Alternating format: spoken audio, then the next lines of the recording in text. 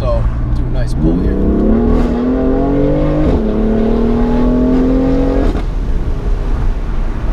Wow. Wow, wow, wow.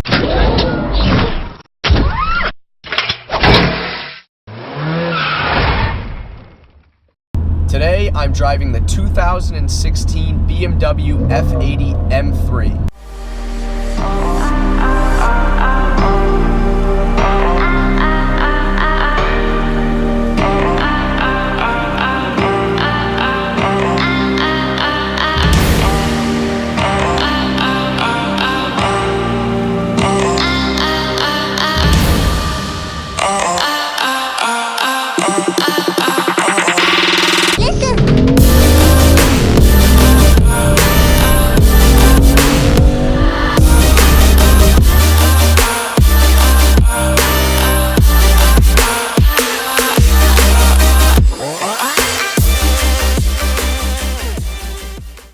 When the F80 M3 was released, I immediately fell in love with the way that it looked. I loved the aggressive front end and the aggressive rear end of the car.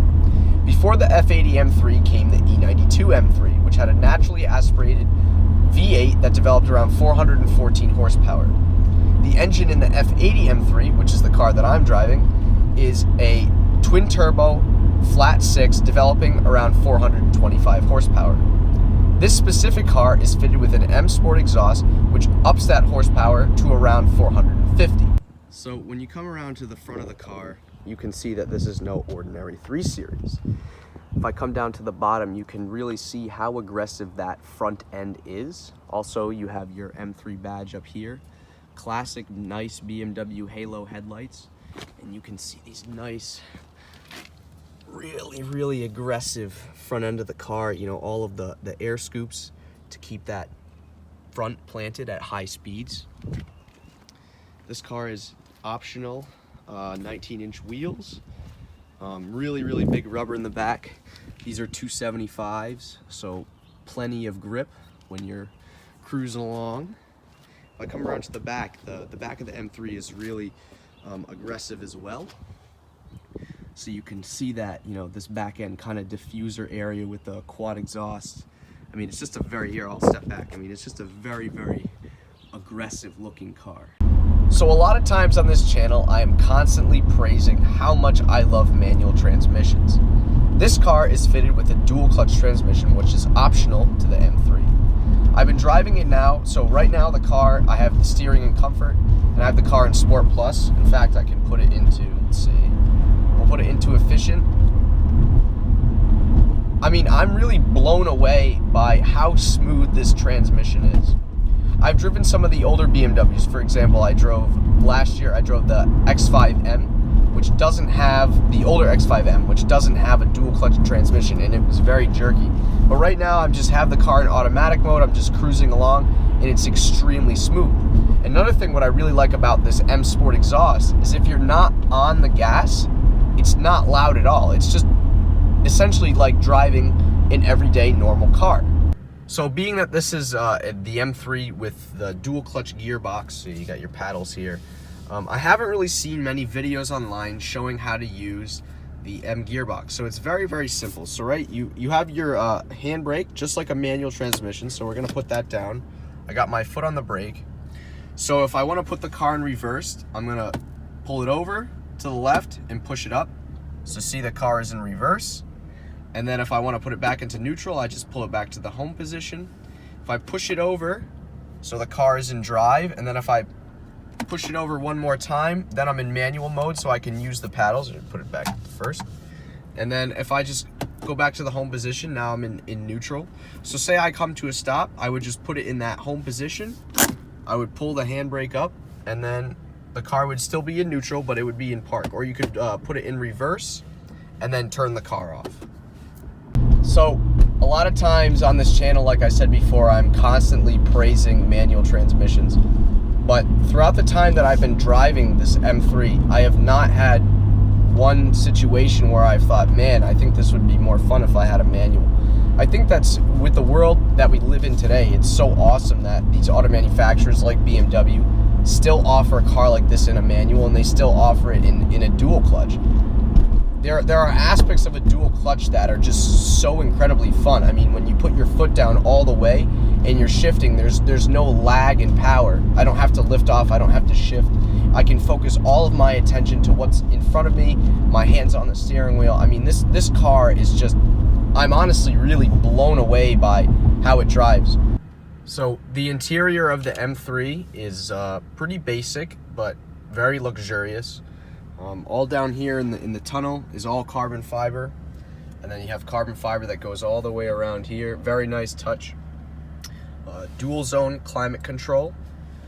You come down here, so if you click your menu button, you can scroll through all of your different settings. So if you go down into vehicle info, you can see the current status of the vehicle. You can check your tire temperature, your oil temperature, everything, your oil level.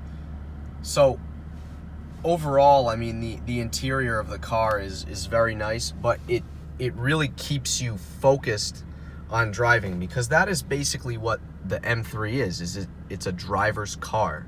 One touch that I really like is the contrasting stitching on the bottom that follows the BMW M logo color scheme, and the interior itself is all very nice. Very nice seats. They hold you in very well. They're bolstered very well. There's no sunroof because the owner opted for the carbon fiber roof.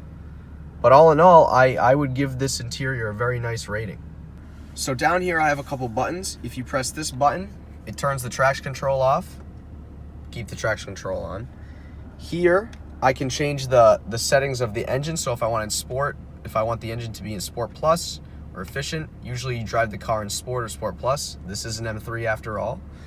If I click this button, this changes the steering settings. So right now the steering is in Sport, Sport Plus, Comfort. Now the steering on this car is pretty heavy, so a lot of people, including myself, I was driving it in Comfort before, and it still has a really nice feel in Comfort. Also, over here on the steering wheel are the different M buttons.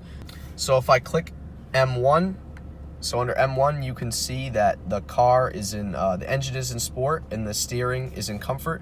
And then if I click M2, again, Sport Plus and Comfort. So that just kind of changes the settings of the car. And everything is unique to you. So you can come in here and you can customize it. So if I come in, let me go back to menu. And then if I come into vehicle info, I can configure all of my settings within there. So we'll do a quick poll here.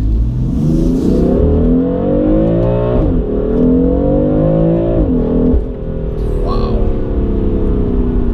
I mean, this car really pulls. Let's see. You can hear, I don't know if you could pick that, if the GoPro picked up that audio, but when I get off the throttle, when it comes off boots, with the dual clutch transmission, it kind of, like, it's almost like a fart. Hold on, go through this curve, give it some gas, and see if I can make that noise happen. Wow. I mean, M3 brakes are fantastic as well. Obviously upgraded brakes from the 335i, but I mean, the stopping power is incredible. I mean, they're steel brakes. They're not carbon ceramics. That is an option that you can get.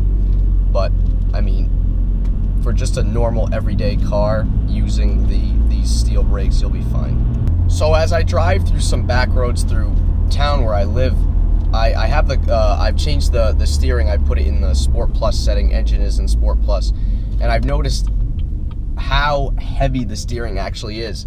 I watched Chris Harris's review on this car, and he said that if you just leave the engine in Sport Plus, and then you keep the steering in Comfort, you'll be a lot more comfortable.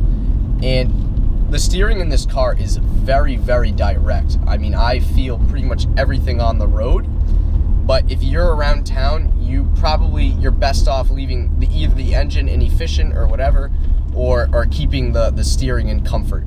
So I'm on some back roads, and if I just keep the gearbox in automatic, so I've been playing with it in automatic and using the paddles.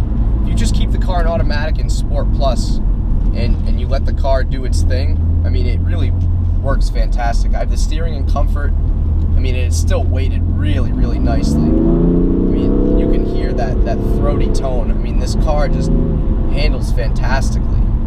And what's really awesome about a BMW M3 is that it almost looks like an everyday BMW, unless you're kind of that enthusiast. It has that M5 vibe about it.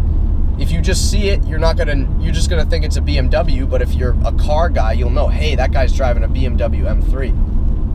I mean, it's awesome. You can pack all your buddies in the car, go up wherever you want, go have a good weekend, and you have a car that's extremely powerful, potential, handles really well, but has 4 seats. I mean, I love that. I love the fact that we have cars nowadays that can handle like this one, have the power of this one, and still have 4 people packed into it. I mean, it's just fantastic.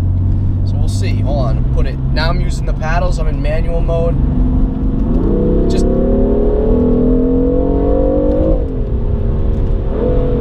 mean, it's just a fantastic car. Look, this is a big right-hander right here. It's just. I'm honestly blown away. Every single time I drive one of these newer cars, I don't publish many videos on the channel, that's a fact. But every single time I drive a car like this, I'm always blown away at how well they handle, how good they sound, how fast they are. And it's just a real pleasure to drive a car like this. So I'm approaching the curve now. Downshift it to second. I mean, this sounds fantastic. You can feel when you power out of a curve, the traction control kind of keeping you in shape. It's not allowing you to have too much fun, but it's just allowing you to have, oh, this is my wrong turn here. It's not allowing you to have, it doesn't get you out of line too much, but it allows you to have a little bit of fun. Nice sweeper right here. My God. I've noticed that in 3rd and 4th gear, after you come out of a corner, after you shift into 3rd, it really, once the power builds up around the 4,000 to 5,000 range, it just shoots you forward. I mean, it's a fantastic gearbox power. Let's see, around this one right here. I'll see what I'm on about. Look, see, 3rd, 4th. I mean, once you get past that hump in 3rd gear, it just accelerates you at a rate. I mean, you can probably see on the camera that is pushing my body backwards. Another thing you don't really realize about this car is that it handles so well and it's so incredibly fast that you don't realize how fast you're going until you actually look down at the speedometer and you say, oh no. So right now where we are, it's 25. I was just doing 25 miles an hour, just to clarify. But I mean, this car is just, it's insane. I'm blown away by its performance. Inevitably though, when you do drive spiritedly, you end up at the gas station where we are right now. But this car only has a 15-gallon tank. That's why I say that. It really does eat up fuel, but if I had this car, I wouldn't care. I would put the gas in it.